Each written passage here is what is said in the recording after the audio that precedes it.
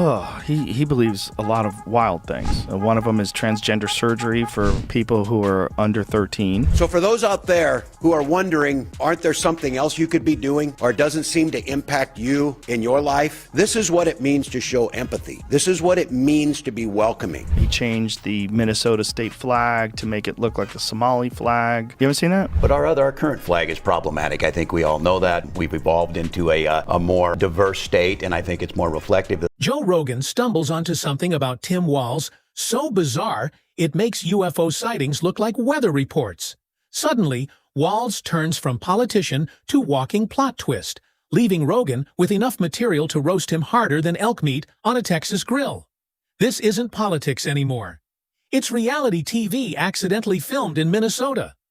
What Joe uncovers is a mix of comedy, chaos, and conspiracy energy, and trust me, you'll want popcorn for this meltdown. Think about Walz's descriptions of his military career, because there's some issues there that people have. I don't know if he flat out ever said that he served in Afghanistan, but he certainly didn't dissuade people from saying that he was, when they were saying he didn't correct them. Right. There was things he didn't. And if you're enjoying this, make sure to subscribe. It helps more than you think. Joe Rogan has seen some wild things in his life. UFOs, politicians pretending they know what elk meat tastes like, and guys swearing kale smoothies can cure everything from the flu to a failed marriage. But even Joe wasn't ready for Tim Walz, a politician who somehow manages to make Minnesota look like the set of a low-budget sitcom. If that Tim Walz cocksucker, if that guy got into power, like if Kamala died and Tim Walz, Tampon Tim, was our president, you know how crazy this country would be? That weirdo who puts tampons in the boys' room, and what about our joy?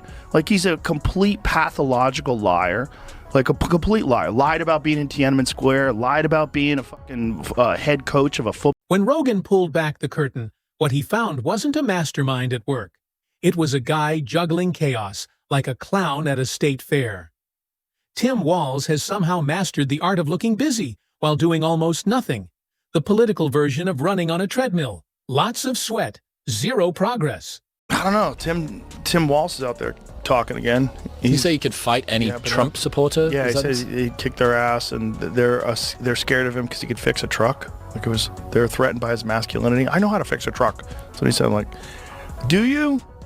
I bet you don't. The lady doth protest too much. I bet you don't. I fear. I bet if I bring a broken truck to you and a bag of tools, that was kind of the redress, right? That was the attempt. It was like, we're gonna the symbol of masculinity on the left is going to be. Rogan couldn't help but notice that every time Walz tries to show leadership, it feels less like commanding authority and more like a substitute teacher losing control 5 minutes into class. Minnesota wanted a leader, but instead, they got a dad struggling to program the TV remote. This video of Tim Walz doing the exact same thing. Right.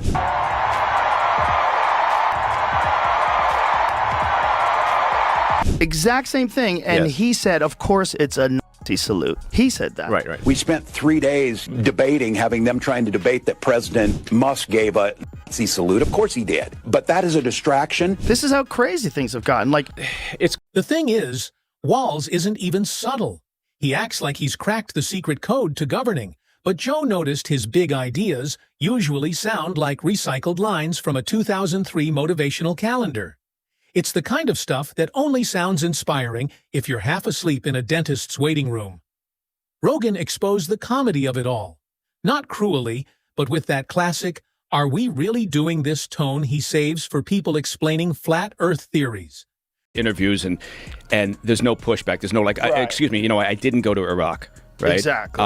And I retired, as my unit was deploying.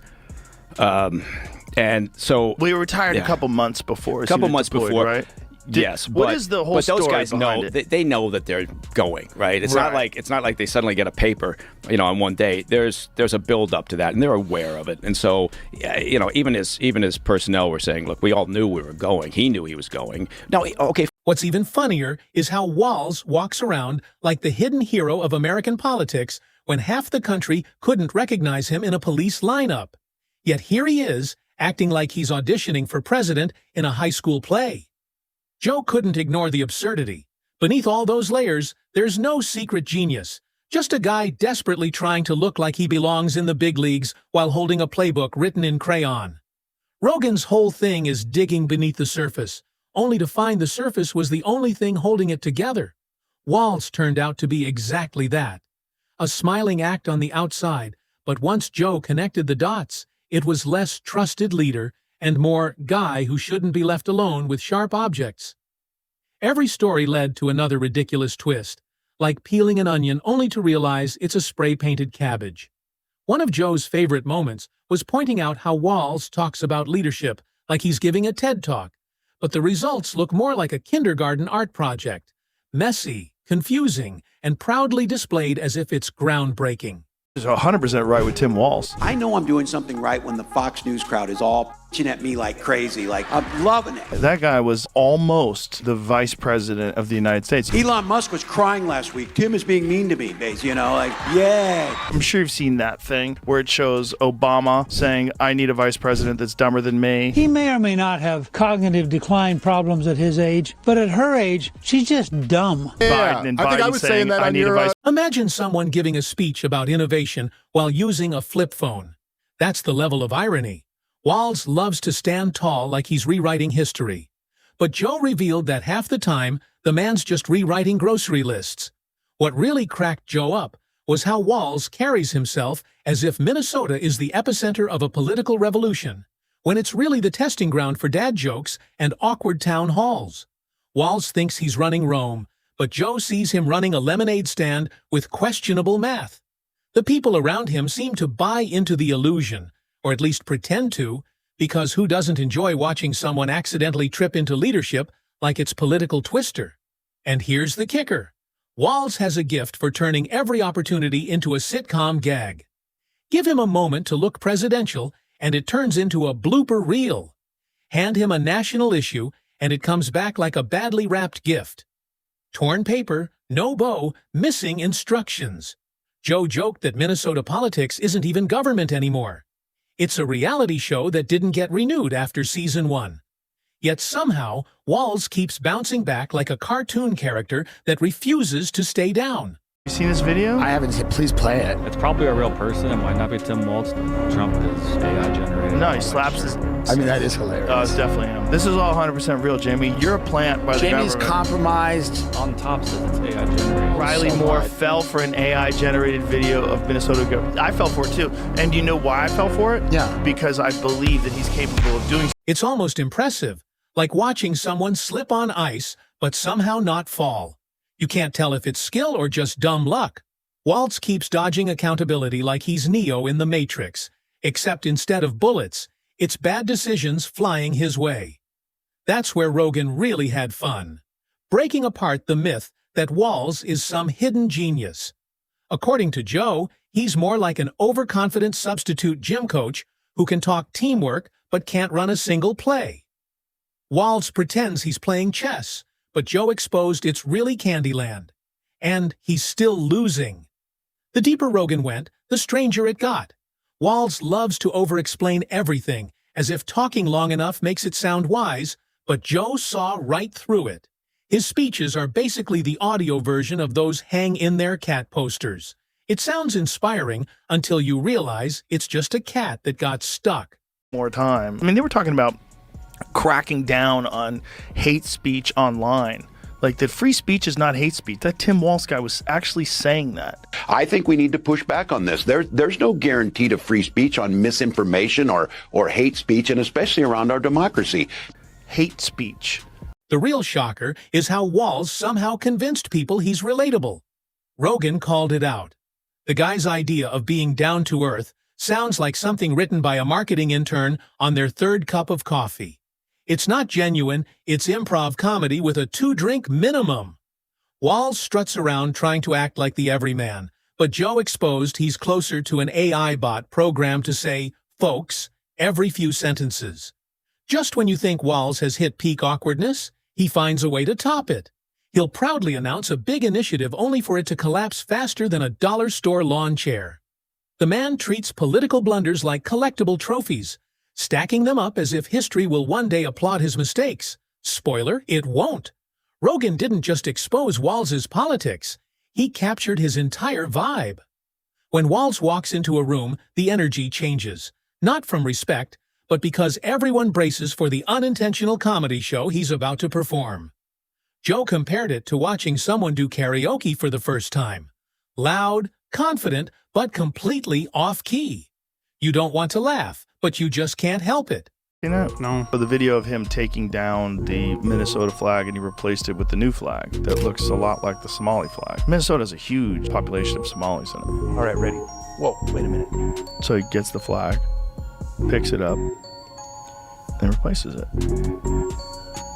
There, that's better. Why is that better? Here's where the irony really hits. Walz actually believes he's pulling it off.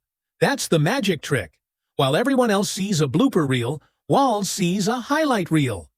Joe exposed that the man's greatest talent might be living in an alternate reality where every mistake is a victory. It's delusion turned into a superpower, and somehow it works, at least long enough to keep a straight face on camera. But Joe didn't stop there. He broke down Walz's obsession with trends, like a surfer who never learned to balance. Joe laughed at how Walz thinks saying the right words is the same as doing the work.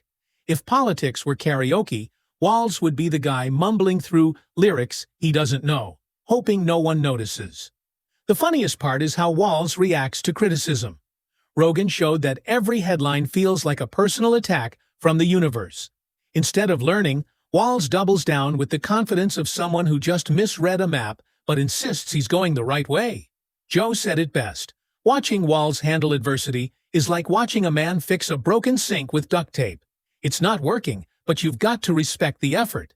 American history. Kamala saying, I need a vice president dumber than me. It's Walz. Men have tampons. We have a lot of accomplishments. We haven't taken adequate credit for it, frankly. We got to do a better job of getting the word out about what we have accomplished and who did it. You got to lose because we got to break this cycle. We're getting way. And let's talk about the timing.